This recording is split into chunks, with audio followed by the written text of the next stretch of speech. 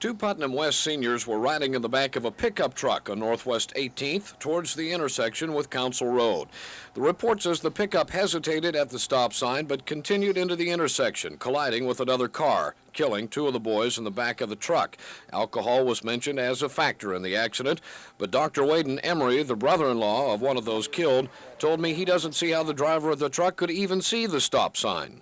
I feel that myself, 100% sober, driving down here at night, not familiar with the street, I could have just as easily been surprised and had the wreck. And I feel like alcohol may well have not played any part in this accident, but it's difficult to assess, but I feel assured that it could have easily happened to me. In Your Corner contacted the City Department of Transportation, which said they would check out and cut down overhanging branches, and they have. Meanwhile, we've heard from others who live along Northwest 18th Street who say there are more problems there than just the stop sign.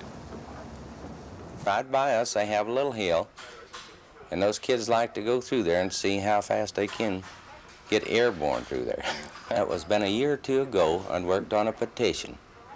And I can't remember how far I've gone with that I talked to a district attorney or who it was, and he said, well, to put speed bumps on a road, a through street like that was pretty rough to do, that it wasn't feasible.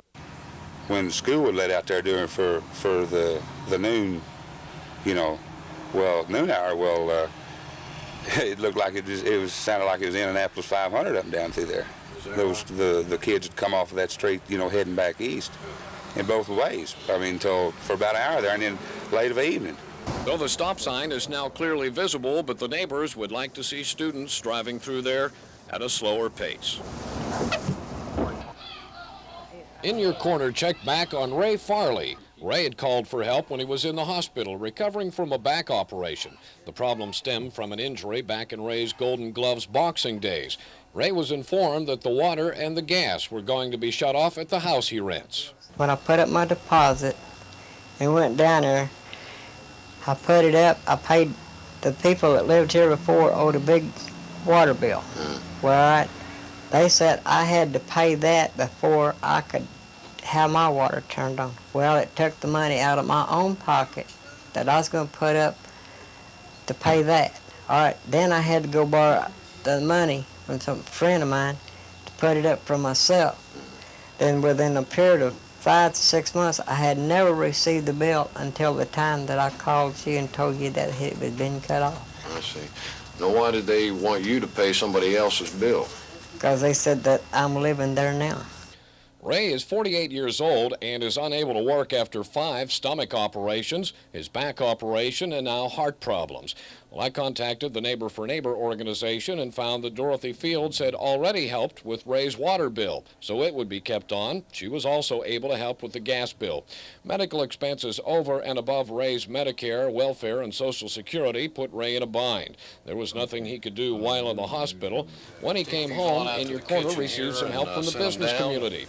A well-known chain of food stores and some of its employees contributed several bags of groceries to help Ray get by until he gets caught up in his bills. Because of Ray's heart problems and stomach condition, he's on a special diet. So the grocery store offered low-salt but nutritious foods to help the 48-year-old Ray Farley get his health back and perhaps gain some weight. I don't know how to say thank you, but God bless you in every way.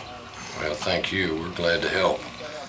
Well, Ray told us today he's still having problems after his back operation, complicated by heart problems, and may have to go back in the hospital. So we'll be checking back to see if Ray needs more help, and we thank the grocery store, which remained anonymous, for their generosity.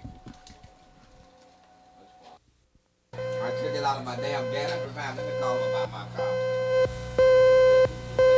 Yeah, did you? Bob Brady of Moore had called In Your Corner to bring ads such as this one to our attention. They are found in the local newspaper as well as national publications. The ads solicit you to send in for information on getting a credit card despite your credit record. Then they send you an information letter telling you to send in $10 or so for instructions on how to go about getting your card. However, Bob Brady said after sending in the money out of curiosity to a San Antonio company, he never heard another word from them. He thought it was mail fraud. Postal Inspector W.E. Pugsley said they were investigating a number of such offers. The problem was proving that the solicitor never intended to deliver the advertised credit card plan after receiving money from the customer. Well, In Your Corner was contacted by investigator Jim Humphreys, who had been looking into a local offer for a guaranteed credit card. He had sent in the money for the offer but never received a reply. The problem with prosecuting a mail fraud case like this is proving intent.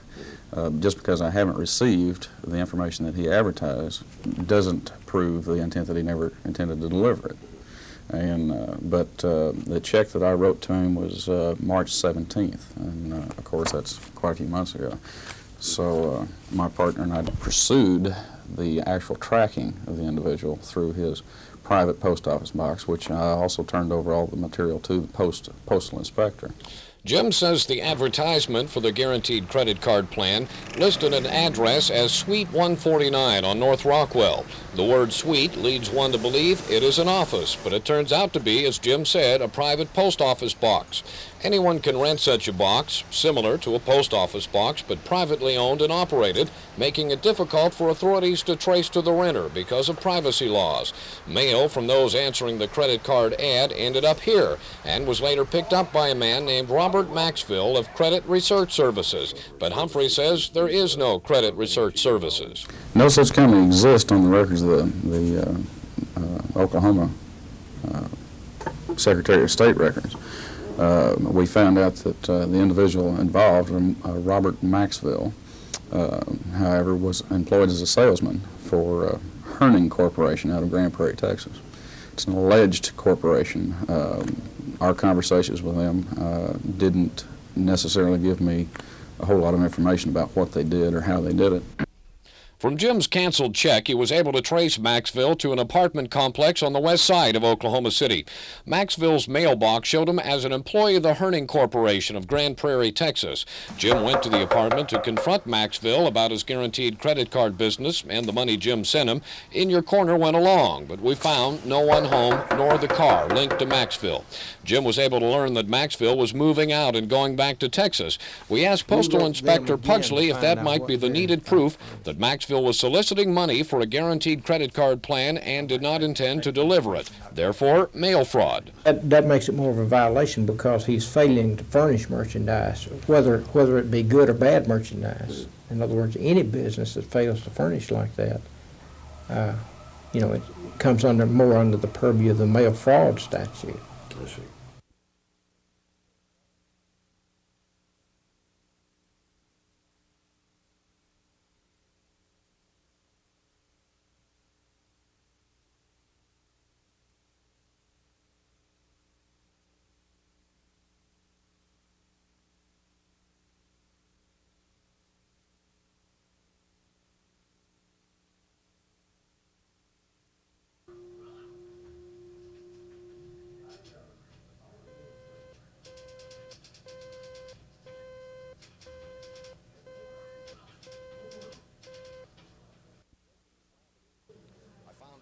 Brad Garten had taken his Rabbit in for repairs to Ed Mulligan's Import Repair Shop in Norman. That was around Labor Day last year, but he ended up having a worse problem with the car than what he took it in for. I was driving to a movie up in Oklahoma City, and there was a wrecked green Rabbit, and I said, that looks like my car.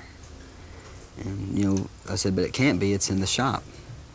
So we went ahead and went to the movie, and the following day or the following Monday, I went in to pay the bill for my car and was told that my car had been wrecked. And I immediately knew, where it had been. That was your car? That was my car that was wrecked. What did they explain to you about it? He said he had taken it for a drive, and test drive? Yeah, but he said that it wasn't actually a test drive. He had driven it over to a friend's house or something like that. And the car stopped too soon in front of him, and he wrecked the car. Smacked it pretty good, I think. And there were some charges that resulted from that? Yeah, I believe DUI, I'm not sure. So did he tell you that, the mechanic? Yeah. I see.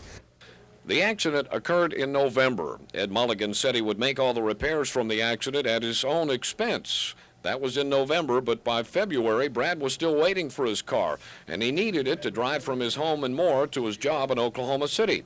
I checked in with Ed Mulligan to see what the problem was. Sir, I've had it over at the body shop 3 times. I've had to pay towing charges 3 times to have it towed over there, and they won't do anything with it.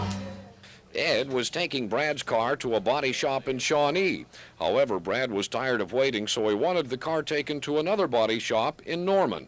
Mulligan agreed and said he would turn over the parts he ordered and pay for the work. However, Brad said to this day all the parts were not turned over. So I checked back with Mulligan today, and he said all the parts are in now. Yes, sir, I've got all the stuff right here if you want to take a look at it. Oh, you do? Ed said he'd take the last part out this afternoon to the body shop working on Brad's car. So after 9 months without his rabbit, Brad may have his completed car any day now. And that's a good thing because Brad said he's fed up with waiting and was going to file charges against Mulligan. In Your Corner also checked back today on the barren lawn of Donna Green in Edmond's Trail South development. W.G. Gray's new lawn service had planted plugs of grass last year, but it didn't come up this year, and it was guaranteed. Gray told me he would replug the Greens lawn, and Donna said they did come and check on it. They said they would come out and look at the yard the next day, but of course it rained, so they came out the day after, and he said he would clean up the yard, and he would reseed the rest of the front yard, and then they would redo the back and plug it. Well, it looks like you do have some grass out here now, though. Yeah, that's our seed that we put in. It's come up for a while. So he said that they would, instead of plugging the bare spots up there, they would seed it for us. I see. So, and in the back? In the back, they will rototill it and regrade it, clean up all the weeds out of it, and then they'll replug it. But it's got to be 3 days drying out, did you say? It'll have to be at least 3 or 4, the way the weather's been running. Well, this is where the professionals planted their plugs of grass, and over here is where Donna and her husband planted grass. But the professionals will be back as soon as it dries out a little.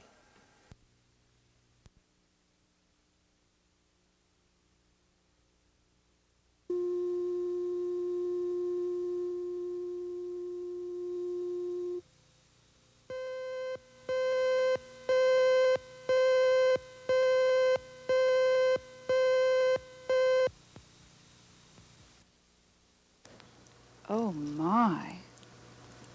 Oh, my. Mother Fukkers Butter Toffee Peanuts. They're unspeakably good. An anonymous viewer in Yukon called In Your Corner when her child came home from the corner convenience store with a can of new candy. She saw the label and complained the name was obscene and not proper for children, or anyone for that matter. We asked the Yukon store manager if she had many complaints. No, sir. How about your other stores? None that I know of. Well, you mentioned something about a man calling up and trying to close the store, or asking if it was going to close. Yes, sir. He talked to one of the girls on the night shift, and he said that he wanted to know when we were going to close our store down. And she said she couldn't, she thought it was a joke. And he said that something about we were going to close it down, and she said, no, we're not. And he said, you want to bet? And that was about all that was said. Now, was this a big selling item? Well, not real big selling, it's just people would come in and buy it. They thought it was a joke, take it to work, this type thing. But what's the policy now regarding this candy? Well, we pull them off the shelf. We just, we don't want to cause any problems, and so we just taken them all off the shelf. Well, after a letter printed in the Yukon newspaper with over 20 signatures, the candy was removed from the shelves in Yukon as well as the convenience stores branch in Oklahoma City. Well, I called the marketer of the caramel-covered candy, MFP Incorporated in Manhattan, Kansas, to see if the name of the product was causing a stir elsewhere in the nation.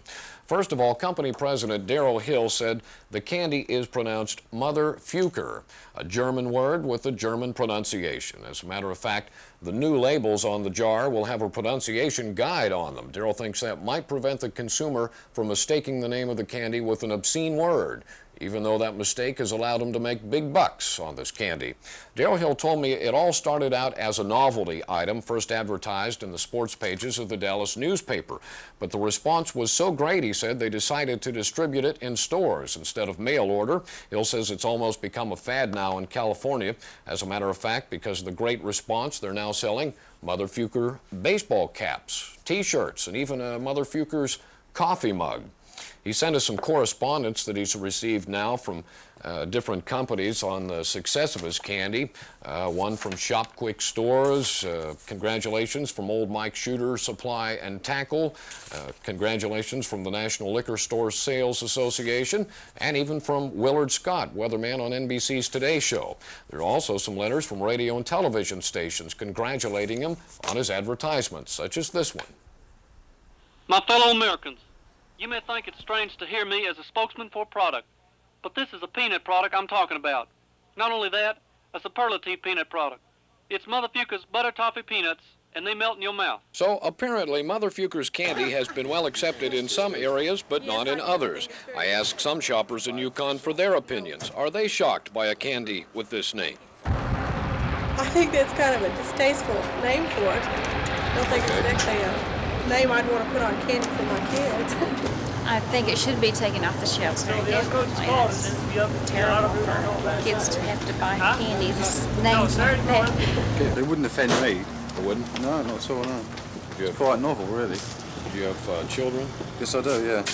Would you want your children to be able to purchase something like that off the shelf? Well, it depends how it's pronounced, isn't it? We're wondering if people would be offended because of the name of it. I think so, yes. I think so.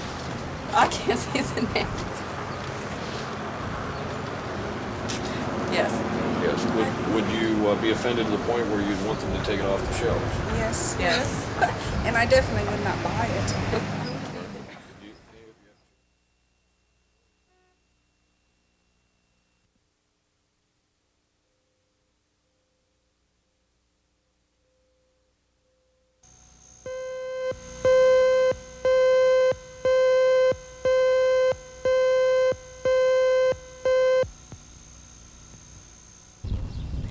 It was a little bit different for Mrs. Laurel Jolly outside of Edmond. She said the men that approached her home about blacktopping her driveway would not give her a quote. She guessed it might cost her, maybe $400 or $500, but she said the workmen made it sound as though it wouldn't be expensive at all. They drove in with a truck, another one parked on the road, a supposed partial load of asphalt that they wanted to sell at cost to get rid of because they'd overcontracted a job. Okay. Visiting with them, I asked them approximately what it would cost for $500. They wouldn't give me a price. They said they had no idea. They didn't know how much was in the truck, left in the truck. So I hem-hawed around and finally decided to go ahead and have them put it down, and the total price figured out was $3,800. Mrs. Jolly can't be sure it was the gypsies running this scam, but their actions fit those described by the police. The price of $3,800 or $1.25 per square foot was way out of bounds. She did a little checking around. Well, I began to check around that evening after I'd already paid them and they had left, calling around asking on price because I thought I was astounded when they told me the price and I knew it was too much, but like a fool, I went ahead and paid them.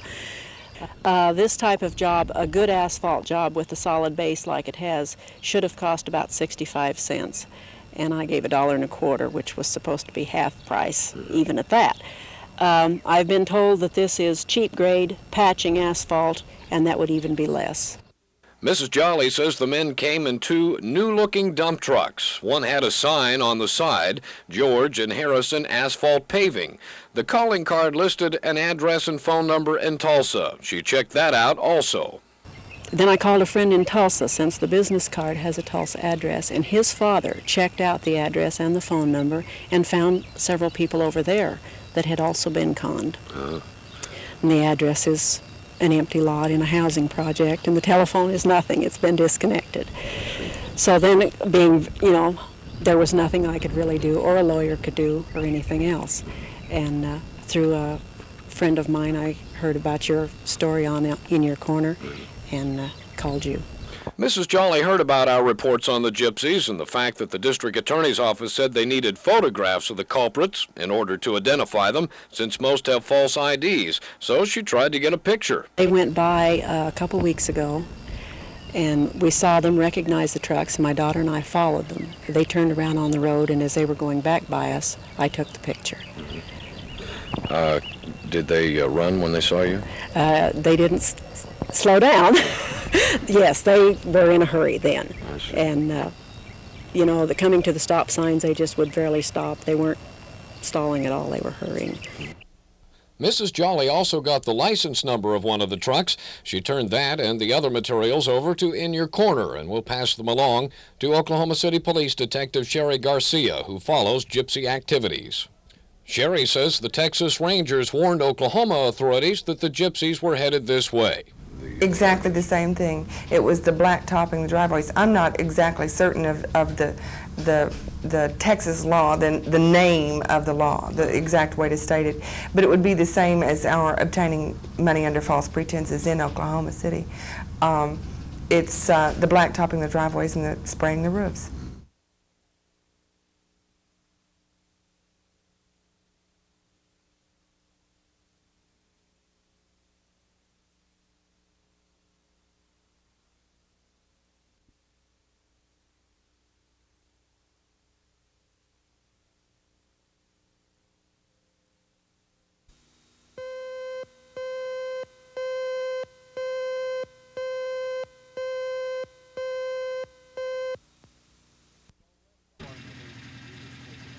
Well, it's already a hot summer for many of the tenants at Wynn Apartments in Edmond. They look like any other apartments in the area except for two things. The air conditioning system and the swimming pool are not in working order. Roger Pugh and Sue Cohen, who live at Wynn's Park, say this problem, recently announced by the management, has made them angry, along with many of the other tenants. Right before the Memorial Day weekend, we received a letter from the managing agent, or the management company, who manages these apartments, that said we cannot find the money to repair the air conditioning system and the swimming pool. Therefore, we will not provide these services. The management explained their present financial arrangement with the Department of Housing and Urban Development has been discontinued, and they don't have the funds to repair the air conditioning system and the swimming pool. As a result, each tenant was offered the option of terminating his lease, including the refund of any security deposit. The offer did not satisfy the tenants. Now, I just got here. I've just been here 2 months. I had a 6 months lease. And I like it. I don't want to move. There's no place in Edmond to move is another problem. We had one tenant who moved in on Thursday, signed a lease, and on Friday got the letter that said there would be no air conditioning. I like the apartments and I have no complaints other than it's unbearable in here as far as the heat goes. Because of the extremely hot weather approaching us, the tenants are concerned about when the repairs will be made. But Roger and Sue say they haven't been able to get any answers from the management or anybody else. Well, they did mention negotiations with HUD. And if you have any questions, call HUD. Well, several of us called HUD, and it was like they didn't want to talk to us. Very cold. They didn't know anything about it. All they did was hold the mortgage. Roger and Sue have been trying to resolve the problem by working among the tenants. They have organized meetings and even offered their services to help get the facilities functioning again. Well, they made an attempt this weekend to try to get the pool open. The system wouldn't work. The manager's instructions were, at least what she told me, was they said go ahead and try it, get the volunteer help, the people who know about pools and all that live out here, to see what you can do to get the thing open, see if you can get it open. And apparently the system wouldn't work, and her instructions were just don't start breaking concrete. Roger and Sue say that didn't work. However, Charles Lamb of the Department of Housing and Urban Development told me the tenants may not have to worry about their problem too much longer. Lamb explained that HUD insured the loan the owners had on the apartment complex. So when they defaulted, HUD became holder of their mortgage. But he thinks the owners have a new mortgage on the property lined up now. Okay, well, the last agreement or the last meeting, which was last night, to my understanding, the arrangement now is that they will turn the air conditioning on. It will be expensive for the project to operate, and therefore they will raise the rents to the maximum allowable rents, which they had not been charging up to now. They'd been charging somewhat less than the maximum allowed rents. So they will have to go to that, although they'll be required to give the required 30-day notice before they can raise the rent. But they're going to go ahead and turn on the air conditioning as an interim step, even though that's going to be expensive on the project due to the high cost to operate that system. But that was the basic agreement they came to last night.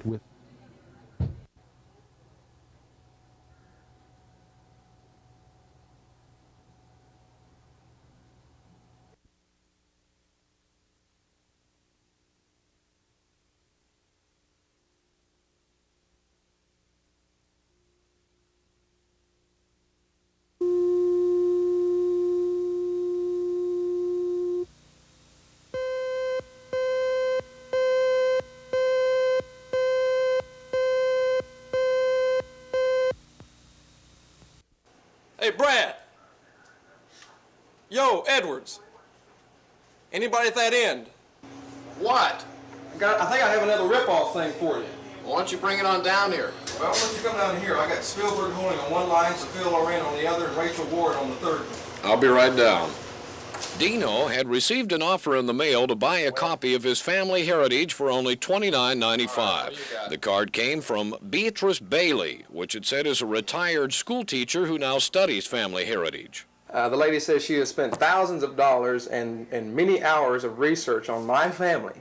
Now, why I was chosen, I don't know. Okay, they've spent thousands of dollars researching your family, but you can get the research, the whole book, for $29.85, I believe is the price. $29.85. Right. Okay, now, have you had time to check with any members of your family to see if they've been contacted about this? Yes, I have. My uncle in Norman received a card similar to this. He threw it in the trash. My parents received one a few years back. They threw it in the trash. I got mine recently, and I thought it might make a pretty good story because I think there's something wrong here because none of my family, no members of my family were contacted.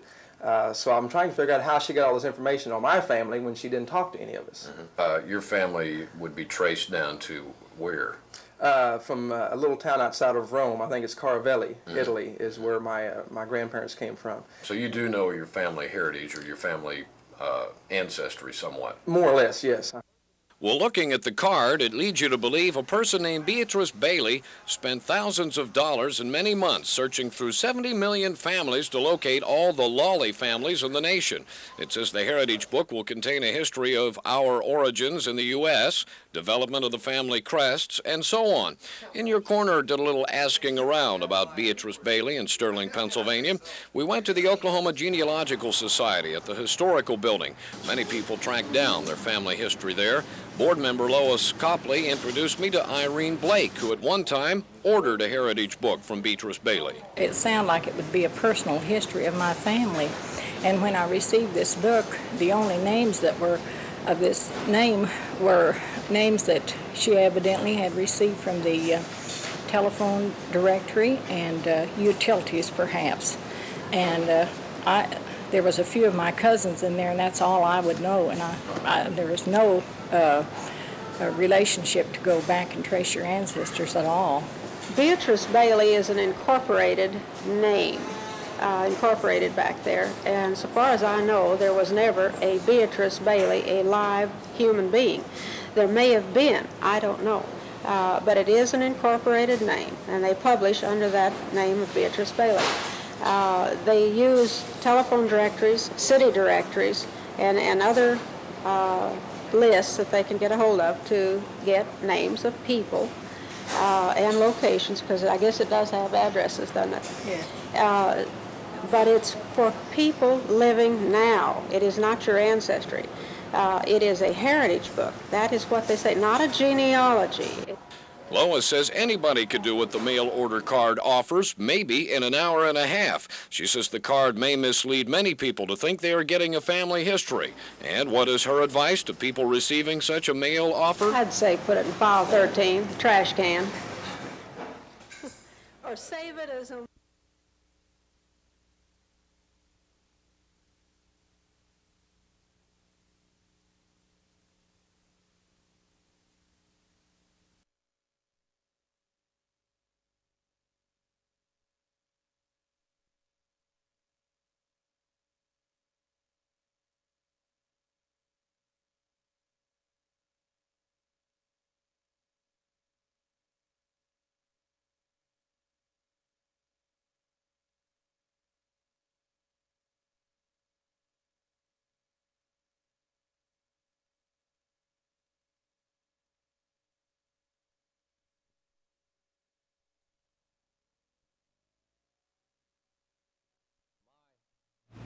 Satisfaction.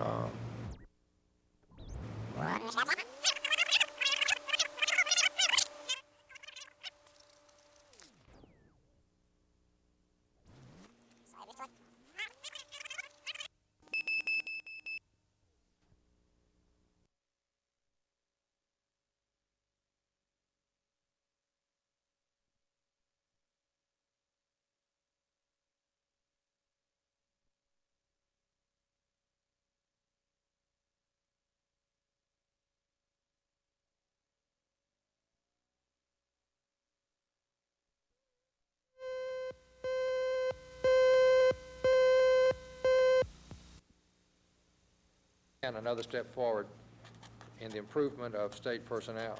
And I'm happy to sign into law those two.